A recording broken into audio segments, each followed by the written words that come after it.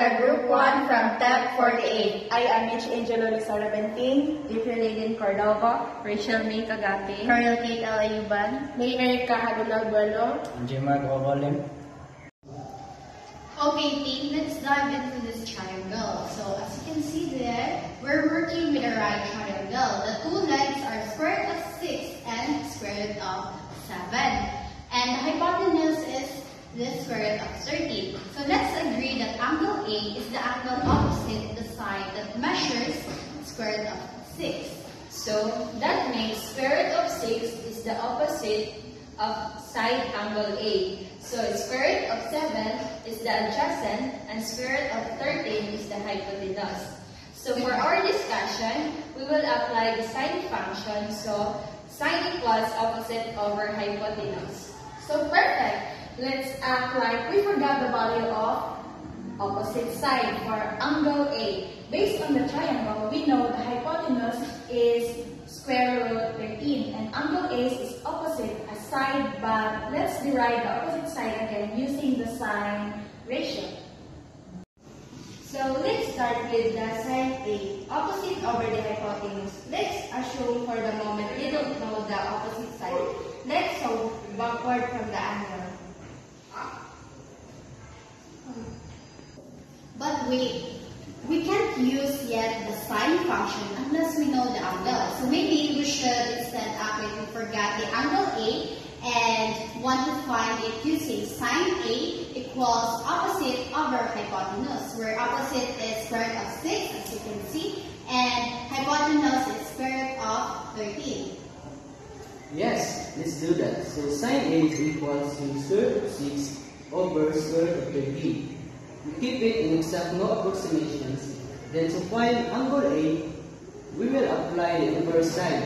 So A is equal to inverse sign multiplied to square root of 6 over square root of 13.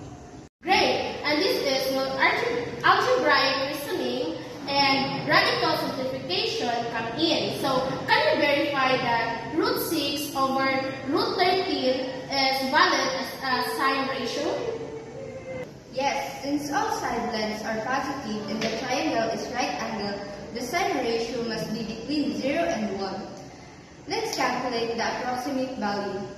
So, square root of 6 over square root of 13 approximately equal to 2.449 over 3.606 approximately 0.679. This is within the domain of the inverse function. So using a calculator, inverse sine multiplied to 0.697 is approximately equal to 42.8 degrees. But again, we won't use approximations in the final expression. So we keep it as A equal to inverse of sine multiplied to square root of 6 over square root of 13. Let's now act like we forgot the hypotenuse. And we only have angle A and the opposite side root 6. In that case, using the formula again, sine A equals opposite over hypotenuse. Sine A equals square root of 6 over x. And we know angle A is sine A equals square root of 6 over square root of 13. So equating square root of 6 over x equals square root of 6 over 13 equals square root of 13. So we write the hypotenuse. That's good reasoning. Let's now say we forgot the opposite side, but we remember angle A and the hypotenuse. Again, with sine A equals opposite over hypotenuse, and sine A equals square root of 6 over 13. Opposite equals sine A hypotenuse, so opposite equals square root of 6 over 13. Multiplied by square root of 13 equals square root of 6. This is powerful. With one trigonometric ratio, we can confirm all parts of the triangle if we know just one angle and one side. Also, keeping everything in radical form preserves the exact values, especially useful in proof and symbolic computation. Let me just summarize.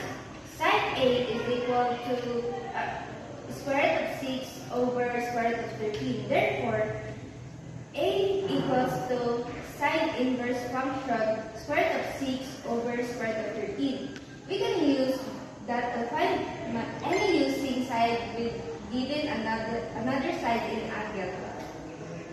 And all of that is also part of Samanoa. Imagine the power to integrate cosine and tangent. But for now, let's just celebrate our ability to reduce a side or angle and retrieve it again using exact reasoning and sign. I agree, no approximation needed. That's what makes this so mathematical and elegant. It's like math is a detective story. So let's label all our triangle and fill back the diagram before the end. So the side opposite A is equals to square root of 6. The side adjacent to A is equals to square root of 7. And hypotenuse is square root of 13. So A is equals sine, inverse sine, multiplied by square root of 6 over square root of 13. We solved the triangle, we verified identities, and we understood the sine function all in one go. Great work, team! Agreed.